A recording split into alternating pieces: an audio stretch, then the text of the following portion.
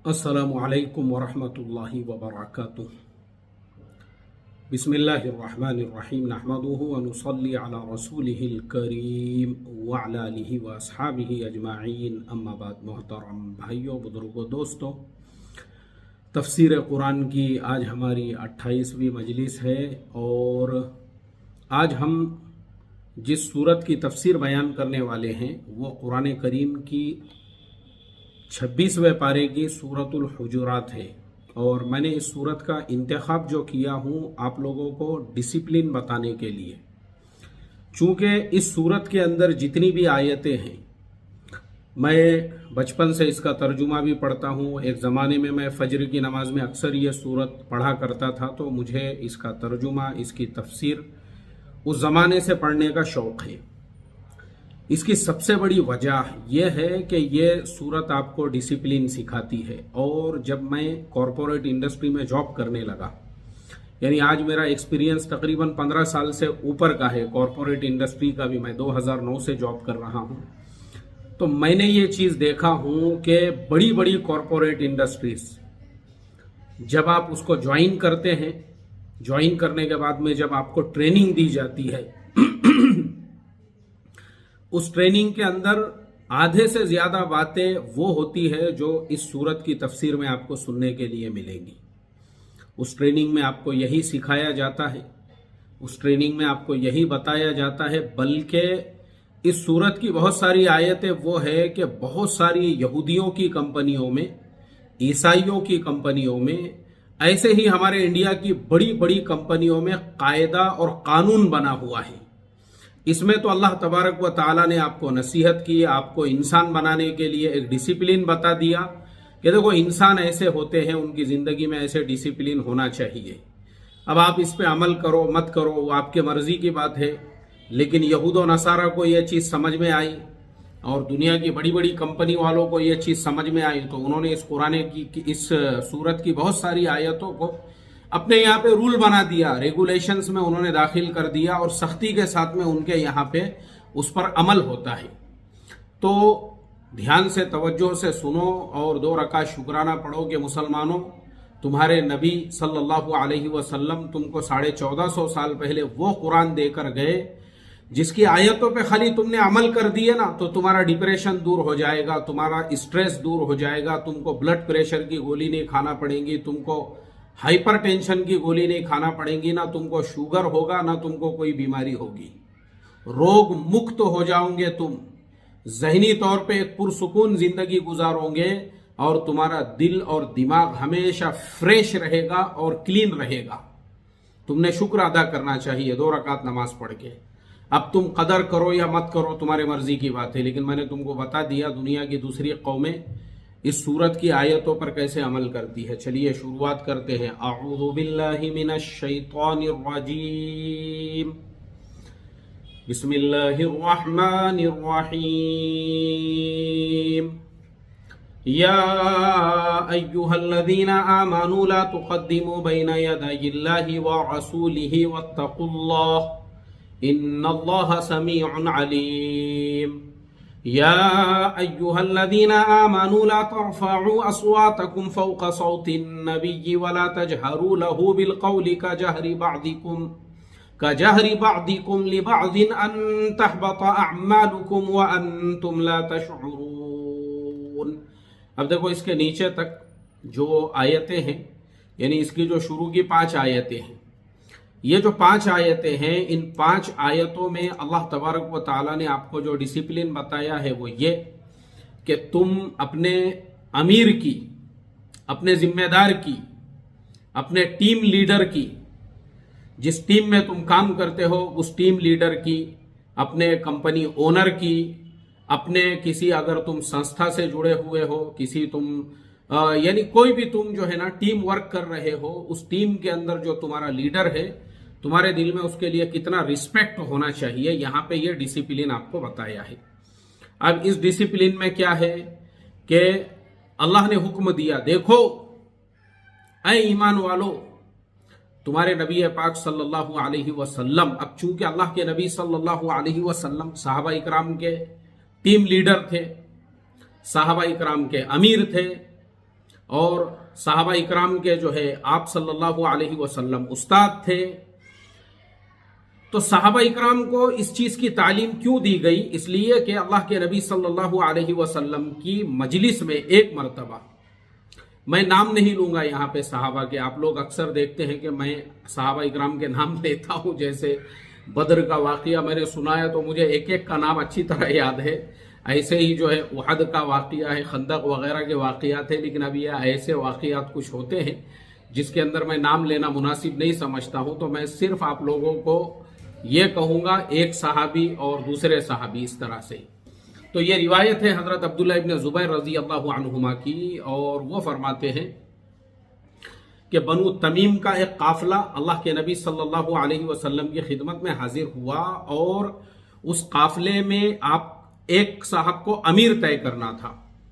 تو دو اکابر صحابہ ہیں، ان میں سے کسی نے ایک نام کو سجیسٹ کیا اور دوسرے نے دوسرے نام کو سجیسٹ کیا. دونوں نے الگ الگ نام سجیسٹ کیے، اور اللہ کے نبی صلی اللہ علیہ وسلم دونوں کی جو رائے تھی، وہ رائے لینے کے بعد آپ اس پہ غور و فکر کرنے لگے، لیکن ان دونوں میں آپس میں کچھ بات چیت شروع ہو گئی، اور یہ کہنے لگے کہ میں ہمیشہ جب کسی کا نام سجیسٹ کرتا ہوں تو تم ہمیشہ اس کو اپوز کرتے ہو، تم کسی اور کا نام سجیسٹ کرتے ہو. اس طرح سے ان میں بات چیت ہونے لگی. تب اللہ تبارک و تعالیٰ نے اس آیت کو نازل کیا. تب اللہ تبارک و تعالیٰ نے جو ہے نا ان دونوں کو بھی، یعنی جو لوگ آپس میں اس طرح سے ان میں آپس میں جب بات بڑھ گئی تو اللہ نے کہا اے ایمان والو آگے نہ بڑھو اللہ سے اور اس کے رسول سے، اور ڈرتے رہو اللہ سے، اس لیے کہ اللہ تبارک و تعالیٰ ہر بات کو سنتا ہے اور جانتا بھی ہے. ان کو منع کیا، یعنی ڈسپلن والی پہلی آیت کہ دیکھو جو تمہارا ٹیم لیڈر ہے نا اس کے سامنے چلا پکار مت کرو، یا تمہارا جو امیر ہے یا تمہارا جو ذمہ دار ہے، اب وہ بیچارہ بیٹھا ہوا ہے اور تم لوگ ہی آپس میں جو ہے ادھر جھگڑے کر رہے ہو، ایسا مت کرو. یہ پہلا ڈسپلن. اب دوسرا ڈسپلن، اب دوسرے ڈسپلن کا بھی جو شان نزول ہے وہ بھی ایسا ہی ہے کہ ایک مجلس کے اندر کسی مسئلے کے اندر لوگ آپس میں زور زور سے بات کرنے لگے تو اللہ تعالیٰ نے منع کیا اور کہا اے ایمان والو بلند نہ کرو اپنی آوازیں نبی صلی اللہ علیہ وسلم کی آواز سے اوپر، اور اس سے نہ بولو تڑخ کر جیسے تڑختے ہو ایک دوسرے پر. یعنی نبی صلی اللہ علیہ وسلم وہ تمہارے لیڈر ہے، وہ تمہارے امیر ہے، وہ تمہارے استاد ہے، تمہارے معلم ہیں، اس لیے اپنی آواز کو ان کی آواز سے اونچا مت کرو، اور ان کے سامنے ویسی بات مت کرو جیسی بات چیت تم آپس میں ایک دوسرے سے کرتے ہو. کہیں ایسا نہ ہو جائے کہ تمہارے کام اور تم کو اس کی خبر بھی نہ ہو. اللہ تعالیٰ نے یہاں اس سے منع کیا. اب دیکھو یہی جو آیت ہے نا، یہ جو آیت ہے ابھی جو میں نے دوسرے والی آیت پڑھا ہوں لا ترفعوا اصواتکم کی والی آیت، اگر آپ کبھی عمرے کے لیے جاؤ یا حج کے لیے جاؤ تو مسجد نبوی صلی اللہ علیہ وسلم میں جب آپ روضہ رسول صلی اللہ علیہ وسلم پر حاضر ہوں گے تو روضہ اقدس پر آپ دیکھیں گے کہ یہ آیت آپ کو وہاں پر بھی لکھی ہوئی ملے گی، بڑے بڑے حروف میں وہاں پہ لکھا ہوا ہے. یہ جو آیت ہے نا یا ایھا الذین آمنوا لا ترفعوا اصواتکم فوق صوت النبی، یہ آیت وہاں ایسے بڑے بڑے اس میں لکھی ہوئی ہے. اور وہاں پہ جو سیکیورٹی والے ہوتے ہیں وہ خاص طور پہ لوگوں کو منع کرتے ہیں اور لوگوں کو یہ کہتے ہیں خاموش. یعنی اگر آپ وہاں پہ سلام بھی پڑھ رہے ہو زور سے الصلاۃ والسلام علیک یا رسول اللہ، تو وہ آپ کو منع کرتے ہیں، وہ کہتے ہیں آہستہ پڑھو آہستہ پڑھو، اس لیے کہ اللہ کا حکم ہے سلام پڑھو لیکن ادب میں پڑھو، قاعدے میں پڑھو، پورے ادب کو قاعدے کو مد نظر رکھو، اس کا پورا لحاظ رکھو کہ اللہ کے نبی صلی اللہ علیہ وسلم اپنے روضہ اقدس میں آرام فرما رہے ہیں، وہ تمہارے سلام کو سنتے ہیں، تم کو پہچانتے ہیں، تم کو جانتے ہیں کہ یہ میرا فلانا امتی ہے جو میرے روضے پہ کھڑے ہو کر سلام پڑھ رہا ہے. اس لیے وہاں پر بھی پورا ادب اور احترام جو ہے آپ نے ملحوظ رکھنا چاہیے. آپ جا کر آپ کبھی جانے کا موقع ملا تو میری بات پہ دھیان دینا، وہاں پہ ایسے بڑے اس میں یہ آیت بھی لکھی ہوئی ہے. بعض اوقات تو وہ اشارہ کرتے ہیں دیکھو اس آیت کو، اور بعض اوقات جو ہے وہ منع بھی کرتے ہیں. بہت سے لوگ وہاں پہ ویڈیو وغیرہ میں نے دیکھا ہوں، بڑی بے ادبی ہے یہ. اگر آپ वहाँ पे लोग वीडियो कॉलिंग करते हैं। अब वो अपने घर वालों को बात कर रहे हैं और उनको बता रहे हैं कि मैं अभी इस वक्त यहाँ पर हूँ बोलकर, तो ये गलत बात है। ये इंतहाई दर्जे की बेअदबी मैं समझता हूँ। हाँ, अगर आप वीडियो शूट कर रहे हो दूसरी तीसरी मर्तबा में, क्योंकि मेरा मामूल होता है मैं जब भी कभी उम्रे के लिए जाऊँ तो रोज़ा अक़दस सल्लल्लाहु अलैहि वसल्लम पे दिन में से 2-4 मरतबा मैं हाज़िरी देता हूँ, तो अदब कायदे और पूरे एहतराम के साथ सलाम अर्ज करने के बाद फिर हम ऐसा एक आधा वीडियो शूट करने के लिए भी चले जाते हैं, बगैर किसी शोर शराबे के, बगैर किसी आवाज़ के। तो उसमें मैं समझता हूँ कोई हर्ज नहीं, आप दूसरी तीसरी मरतबा में इस तरह से जो है उसको शूट करो। लेकिन वहाँ से वीडियो कॉलिंग करना मैं समझता हूँ इंतहाई दर्जे की बेअदबी है। चिल्लाना, वहाँ पे आवाज़ें लगाना, अपने घर वालों को बोलना मैं यहाँ हूँ, मैं वहाँ पे हूँ, और बाकी लोग जो है वो दुरूद व सलाम पढ़ रहे हैं, उनको डिस्टर्ब हो रहा है, तो ये तरीक़ा सही नहीं है। वहाँ पे भी ये आयत लिखी हुई है। तो ये जो शुरू की आयतें हैं ना, इन आयतों में अल्लाह तबारक व ताला ने आपको यही डिसिप्लिन सिखाया है। अल्लाह ताला ये डिसिप्लिन हमको भी समझा दे, वरना मैंने भी अक्सर ऐसे देखा हूँ, बहुत सारी हमारी ऐसी मजलिसें होती है जिन मजलिसों में हमको अदब मालूम नहीं होता है, कायदा मालूम नहीं होता है, एहतराम मलहूज नहीं होता है।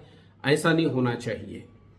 तो चाहे आप तो ये जो डिसिप्लिन मैंने आपको बताया कि बड़ी बड़ी कंपनियों में जो है ना ऐसे रूल्स फॉलो किए जाते हैं, और उसके अंदर यही सिखाया जाता है कि जो आपका टीम लीडर हो, जो आपका उस्ताद हो, मुअल्लिम हो, या आपके कंपनी का ओनर हो, या जो जिस लाइन में भी आप काम कर रहे हो, तो आपने उसके सामने चिल्लाना, उसके सामने ज़ोर से बात करना, ये सब आपको अलाउ नहीं होता है। अब चलिए इसके आगे की जो आयत है, इस आयत में ये जो आगे वाली आयत है, देखो ये भी आयत अगर हम, अच्छा मैंने पहले ही शुरू में बताया हूं कि यही डिसिप्लिन अगर हम अपने जिंदगियों में लेकर आ जाओगे, वो आपके मर्जी की बात है। मैंने पहले ही कहा हूं कि यहूद और नसारा ने अपने कंपनियों में लाए, अब आपके जिंदगियों में आपको लाना है या नहीं, वो आपके मर्जी की बात है।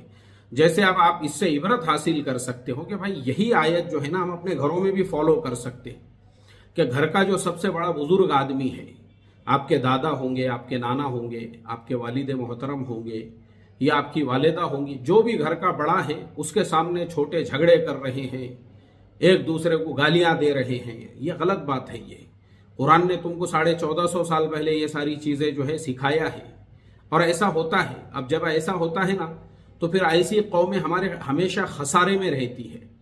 तो इसके लिए बड़े जो है आपके घर के भी, आपने उनका पूरा अदब करना चाहिए, पूरा एहतराम करना चाहिए।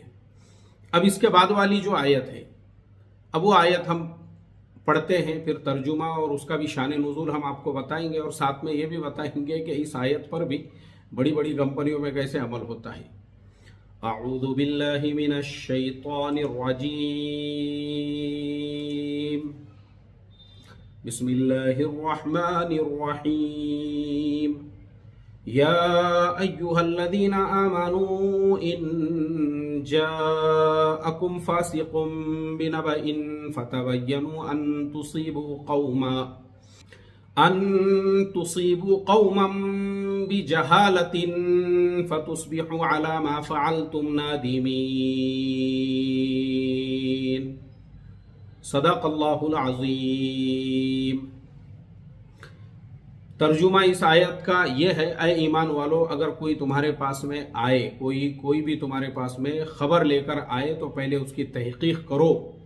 अंधे बहरे बढ़कर किसी कौम पर नादानी, यानी किसी भी बात पे भरोसा मत करो।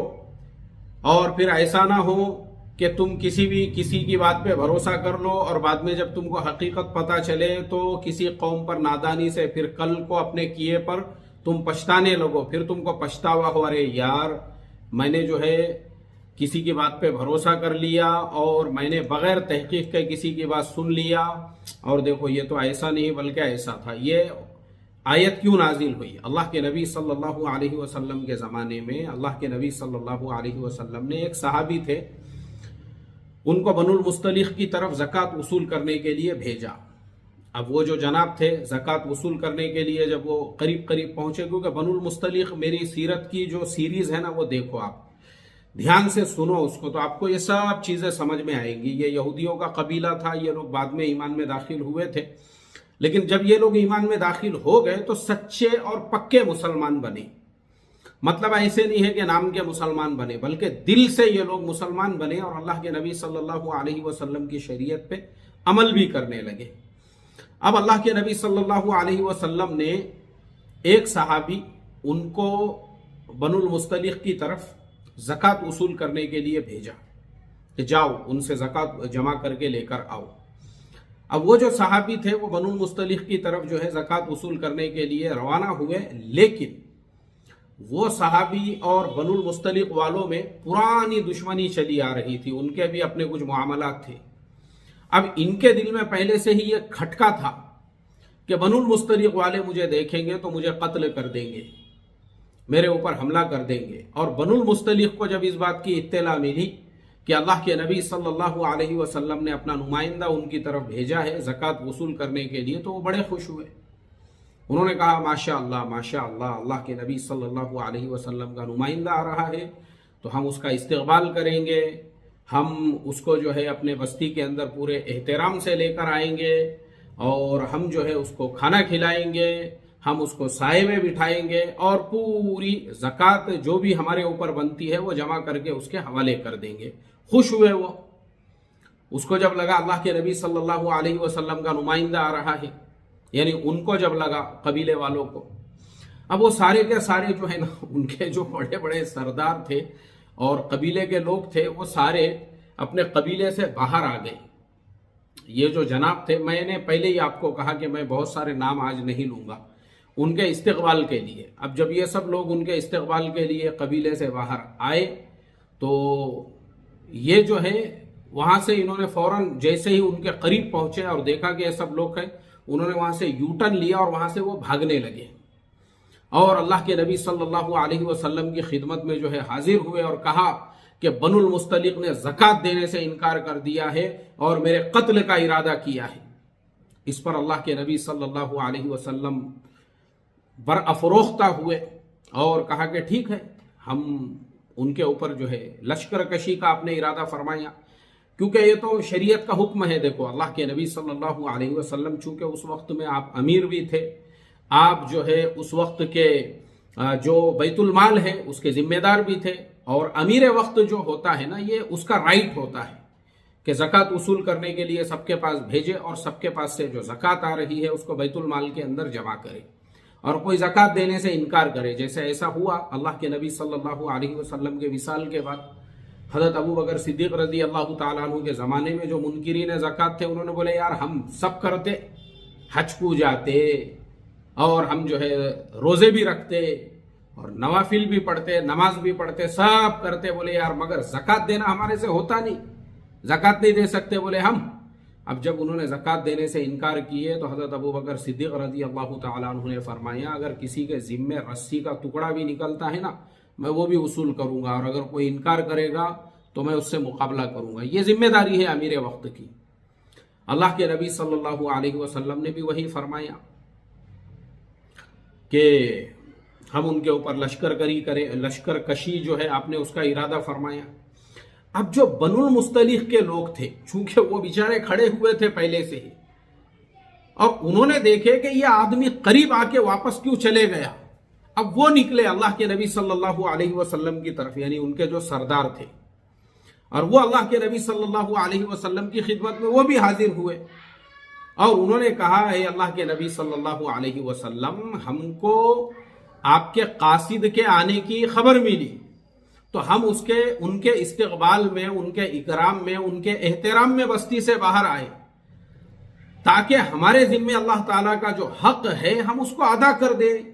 इनको एहतराम से बस्ती में ले जाए, बिठाए, पूरी ज़कात जो है कबीले की जमा करे, इनके हवाले करे। लेकिन ये इन्होंने हमको देखे, करीब तक आए और वहीं से यू टर्न लेके जो है ये वापस आ गए। अब हमें डर हुआ कि शायद ये इसीलिए रास्ते से वापस हो गए हैं कि कहीं अल्लाह तबारक व ताला की तरफ, अल्लाह के नबी सल्लल्लाहु अलैहि वसल्लम की तरफ से इनको हुक्म ना मिला हो कि तुम वापस आ जाओ, और अल्लाह के नबी सल्लल्लाहु अलैहि वसल्लम वापस नाराज हो गए हो, तो इसके लिए जो है हम आपकी खिदमत में आए, कहीं अल्लाह का जो अजाब है वो हमको ना पकड़ ले। तब कुरान की ये आयत नाजिल हुई। ये जो आयत है ना, ये कबीले बनुल मुस्तलिक वालों की शान में नाजिल हुई। अल्लाह तबारक व ताला ने फिर कुरान करीम के अंदर जो है इस आयत को नाजिल फरमाया। किस आयत को? जो आयत मैंने अभी आपको पढ़कर सुनाया हूँ, इन जाअकुम फासिकुम बिनबइन फतबय्यनु अन तुसीबू कौमम बिजहालतिन फतुस्बिहू अला मा फअलतुम नादिमीन। कोई आकर आपको सुनाए तो पहले उसकी तहकीक कर लो। तुमने उसकी बातों पे भरोसा कर लिए तो कहीं ऐसा ना हो कि फिर तुमको बाद में पछताना पड़े और तुमको उसकी नदामत हो, शर्मिंदगी हो, ऐसा ना हो बाद में। तो क्या पता चला इससे? अब मैं आपको ये डिसिप्लिन बताता हूं। देखो, यहूद और नसारा की कंपनियों में इस डिसिप्लिन के ऊपर कैसे वहां पे अमल होता है। वहां पे अगर आप किसी प्रोजेक्ट में काम कर रहे हो या आप वहां पे कोई भी काम कर रहे हो, अगर आपने अपने किसी भी सिलसिले में जो है ना, अगर आपने अपने से ऊपर वाले से किसी की शिकायत की है, चाहे आपके साथ काम करने वाला कोई फर्द है, कोई भी आप उससे शिकायत करोगे तो पता है उस कंपनियों में क्या होता है। कंपनियों का रूल होता है ये, वहां पे किसी की भी बात पे भरोसा नहीं किया जाता है। उनका पहला रूल ये होता है कि वो 1-to-1 मीटिंग लेते हैं। वहां पे जगह जगह पे मीटिंग रूम होते हैं और एक मीटिंग रूम बुक कर दिया जाता है। जिससे शिकायत है, दोनों फर्द और जो टीम मैनेजर है या टीम का जो लीडर है, वो 3 लोग वहां पे होते हैं और आमने सामने 2 लोग बैठे हुए होते हैं। बोलते हैं, वो भाई आपने शिकायत किए थे, सुनाओ आपकी शिकायत क्या है। अब उसके बाद में वो शिकायत करने वाला जब शिकायत करता है तो वो फर्द आपके सामने है, बोलो भाई आपका क्या मसला है। आमने सामने वहां इस तरह से मसाइल हल होते हैं तो पता है उसका वहां ना कभी किसी को किसी से बदगुमानी होती है, ना वहां पे इस तरीके से आपस में झगड़े होते हैं, ना वहां पे इस तरह के मसाइल होते हैं, क्योंकि वहां सबको पता है कि हम यहाँ पे कोई भी इस तरह की बात करेंगे तो फिर वहां पे हमको फेस टू फेस बैठना पड़ेगा। इस वजह से वहां का जो इन्वायरमेंट होता है ना, वो एकदम हेल्दी होता है। लोग ब्रॉड माइंडेड होते हैं, लोग एक दूसरे के बारे में शिकायत करने से डरते हैं। और मान लो अगर काम के सिलसिले में कोई शिकायत है, जैसे मिसाल के तौर पे कोई प्रोजेक्ट में आप काम कर रहे हो और प्रोजेक्ट में 4 लोग एक साथ में हैं और किसी को आपसे शिकायत है कि आप बराबर काम वगैरह नहीं कर रहे हैं, तो चूंकि आपने क्या किया और क्या नहीं किया वो पूरा क्या पूरा जो है ना, आपको वो पूरा क्या पूरा मेंशन करना पड़ता है। तो वहां मुंह से बोलने की कोई जरूरत ही नहीं है, सिस्टम के अंदर सब शो हो जाता है कि कौन कितना काम कर रहा है, कौन कितना काम नहीं कर रहा है। तो इस वजह से उन कंपनियों में इस आयत के ऊपर रूल बने हुए हैं, कोई किसी की शिकायत नहीं करेगा। यानी मैनेजर्स की ट्रेनिंग के अंदर यह समझाया जाता है कि कोई भी अगर किसी की शिकायत करे या आपस के अंदर, तो फौरन उनको जो है फेस टू फेस मीटिंग हो और आमने सामने मसाइल को हल किए जाए। ऐसे ही इन कंपनियों के अंदर 5-5 lakh employees, 4-4 lakh employees, 3-3 lakh employees जो काम करते हैं ना, वो इसी हेल्दी इन्वायरमेंट की वजह से। और हमारे यहाँ एक मदरसे के 2 मदरसे क्यों हो जाते भाई, एक तंजीम की 2 तंजीमें क्यों हो जाती भाई, मोहतमिम साहब के खिलाफ बगावत का बिगुल कैसे बच जाता है? उसका सिर्फ एक ही रीजन होता है कि उनके पीठ पीछे जो है ना एक माहौल तैयार होते रहता है। माहौल तैयार करने वाले तहज्जुद गुजार है माशाअल्लाह, और सब जो है नमाजों के पाबंद है और सब तस्बीह तिलावत करने वाले। और अफसोस की बात तो यह है कि यह कुरान की आयत उन्हीं के कुरान में नाजिल हुई है जो यहूद और नसारा के कंपनियों के अंदर इंप्लीमेंट है। लेकिन हमारे यहां पे यह नहीं है कि किसी के दरमियान में शिकायत हो, आप आमने सामने बैठो और बातों का खुलासा करो। आमने सामने बैठकर बातों का खुलासा नहीं करेंगे, गीबतें करेंगे, चुगलियां करेंगे, तोहमतें लगाएंगे, बोहतान लगाएंगे, और हाथ में तस्बीह भी है माशाअल्लाह, बोल रहा था मैं। अब फिर इशराक का वक्त भी होने वाला है, इशराक होंगी, चाश्त होंगी। मुझे आप बताओ, ये जमातों के टुकड़े करने वाले बेवड़े हैं, शराबी है, जुआरी है, सब अपने अपने हाथ में देशी दारू का ठर्रा लेके बैठे हुए हैं, या ऐसे लोग हैं या दीनदार लोग हैं? मदरसों के 2-2, 3-3 टुकड़े करने वाले कौन हैं? बेवड़े है, गंजेटी है, शराबी है, जुआरी है, दारूड़िए है, कौन है? माशाअल्लाह मजहबी लोग हैं, تو پھر مذہبی لوگوں کا قرآن کی ان آیتوں پہ عمل کیوں نہیں ہے بھائی؟ تم تنظیموں کے ٹکڑے کر سکتے ہو، جماعتوں کے ٹکڑے کر سکتے ہو، تم تحریکوں کے ٹکڑے کر سکتے ہو، اور آپس میں بیٹھ کے باتوں کا خلاصہ نہیں کر سکتے، کس کو کس سے کیا شکایت ہے اس کا حل اور سولیوشن نہیں نکال سکتے، پیٹ پیچھے ہی یہ الگ بریانی پکانے میں لگے ہوئے ہیں، وہ الگ بریانی پکانے کے اندر لگے ہوئے ہیں، اور امت جو ہے بیچارے امت کا باپ بھائی ہو رہا ہے، یہاں پہ امت کے باپ بھائی کے میت اور جنازے نکل رہے ہیں یہاں پہ، ان کو اس سے کوئی لینا دینا نہیں ہے، اس آیت کے اوپر عمل ہی نہیں ہے ان کا۔ ہاں، ان کو اشراق کا وقت کب شروع ہوگا نا وہ ضرور بتانا آپ نے، پھر وہ پورے پابندی اور اہتمام سے اشراق پڑھیں گے، یہ آیت کے اوپر عمل نہیں کریں گے، بھلے آپس میں کتنی ہی بدگمانیاں پنپ رہی ہو، غلط فہمیاں پنپ رہی ہو۔ اور میں آپ کو ایک میرا پرسنل تجربہ میں آپ کو بتاتا ہوں، ایک مدرسے میں مجھے ممتحن کے طور پہ امتحان لینے کے لیے بلائی،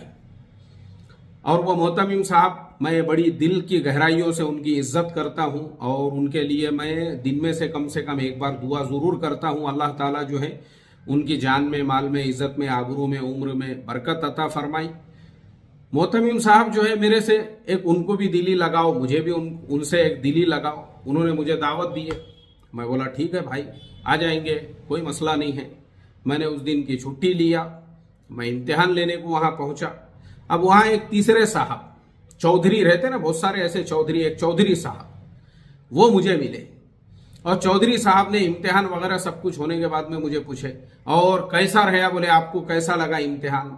میں بولا بھائی امتحان، یہ جو امتحان ہے یہ تو میں بولا ایک فارمیلٹی ہے، باقی میں بولا ہم کو معلوم ہے نا مدرسے کے اندر تعلیم کا معیار کیسا ہے، ماشاءاللہ کتنی اچھی تعلیم ہو رہی ہے، سب معلوم ہے ماشاءاللہ، بچے ایک دم بہترین طریقے سے یہاں سے پڑھ کے نکل رہے ہیں، اپنے کو معلوم ہے۔ میں بولا تعلیم یہاں پہ کیسی ہے؟ تو اب دیکھو میرے جملے پہ غور کرو آپ، میں نے بولا یہاں پہ تعلیم کیسی ہے، مجھے معلوم ہے، میں بولا الحمدللہ، یعنی میں اس بات کو پازیٹیو وے میں بول رہا ہوں، اور انہوں نے وہی بات جو بڑے محتمم صاحب تھے ان کو بولے، کیا وہ آئے اور ایسا بول کے گئے، کیا پڑھا رہے تم، معلوم ہے ہم کو کیا پڑھا رہے تو تم، اور کیسی تعلیم ہے یہاں کی۔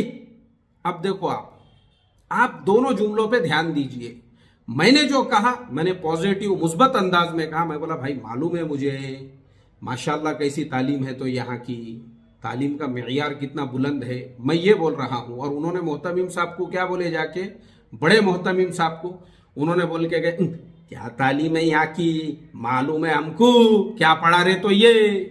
یعنی آپ سوچو، سوچ کا فرق سوچو، جو آدمی میں نیگیٹیویٹی بھری ہوئی رہے گی، یعنی منفیت جس کے اندر جو ہے نا، اس کے بلڈ میں، اس کے ڈی این اے میں، اس کے جسم میں ایسی دوڑ رہی ہوگی جسے منفیت کہتے ہیں، منفی سوچ ہر چیز کے اندر، آپ اس کو کتنا بھی پازیٹیو بولو وہ اس کے بارے میں منفی ہی سوچے گا۔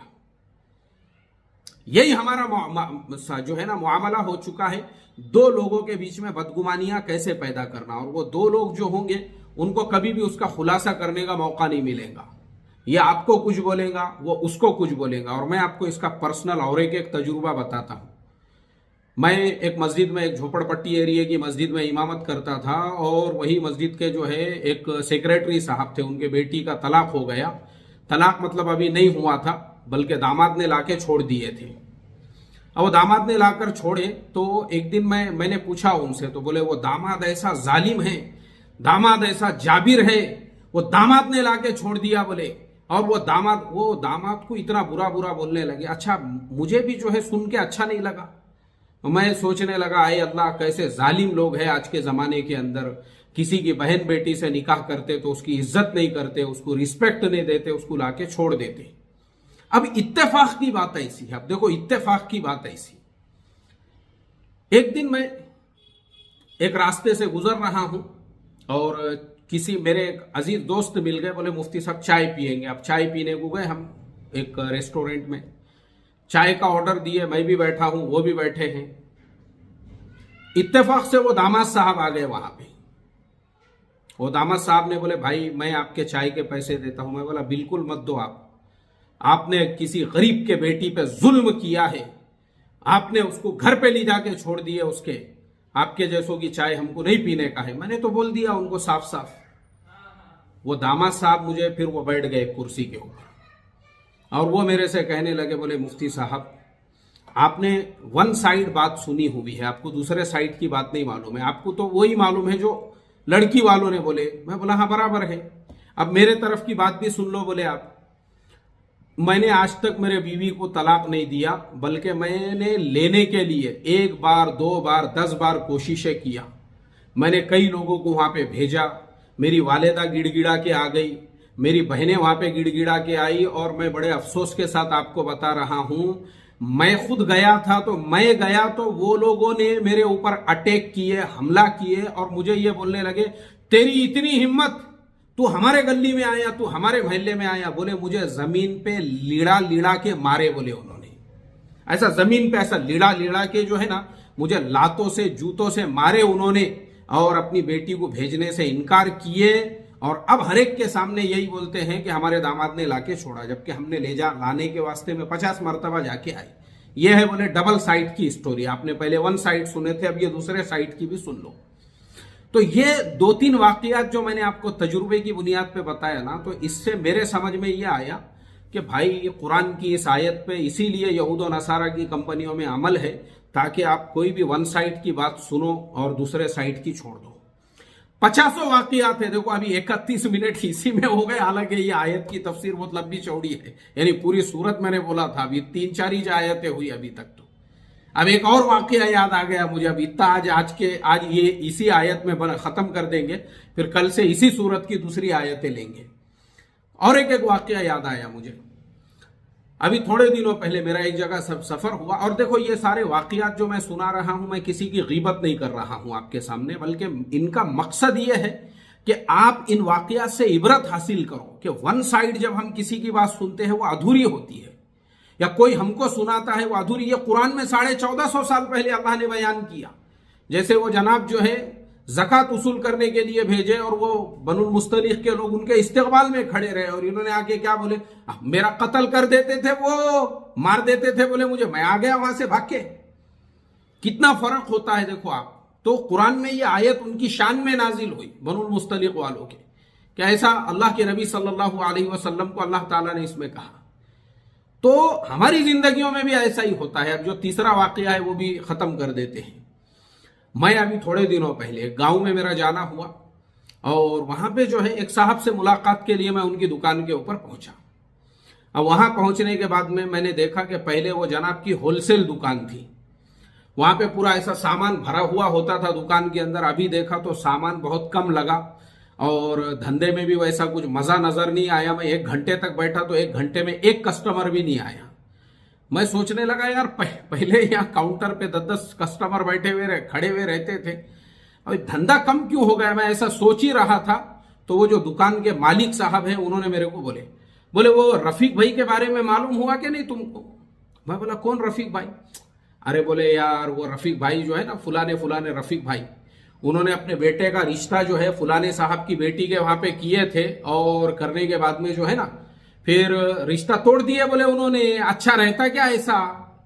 غلط بات ہے نا. بولے اس طریقے سے پہلے رشتہ کرنا, پھر بات کرنا, اور اس کے بعد میں اس طریقے سے رشتہ توڑنا, دین کی باتیں دیکھو بولے ان کی بڑی بڑی. اب یہ واقعہ مجھے دوسری سائٹ سے پہلے سے ہی معلوم تھا.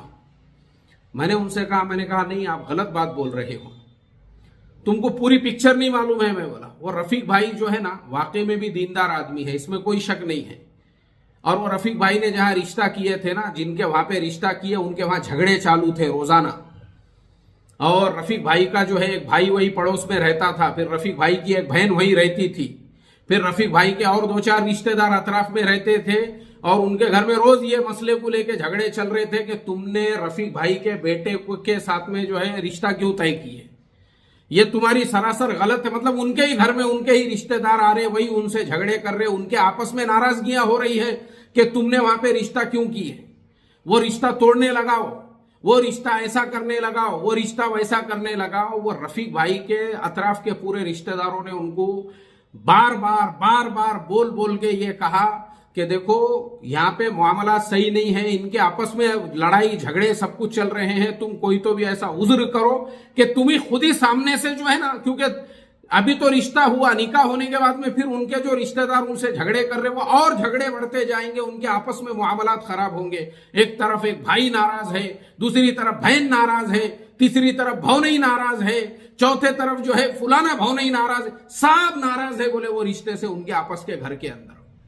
ان کو لگتا ہے رفیق بھائی فقیر آدمی ہے، رفیق بھائی بھیکاری آدمی ہے، رفیق بھائی کے گھر پہ کیا تو بھی ہے، اور وہ چھوکرا بھی دیکھنے میں کالا کلوٹا ہے.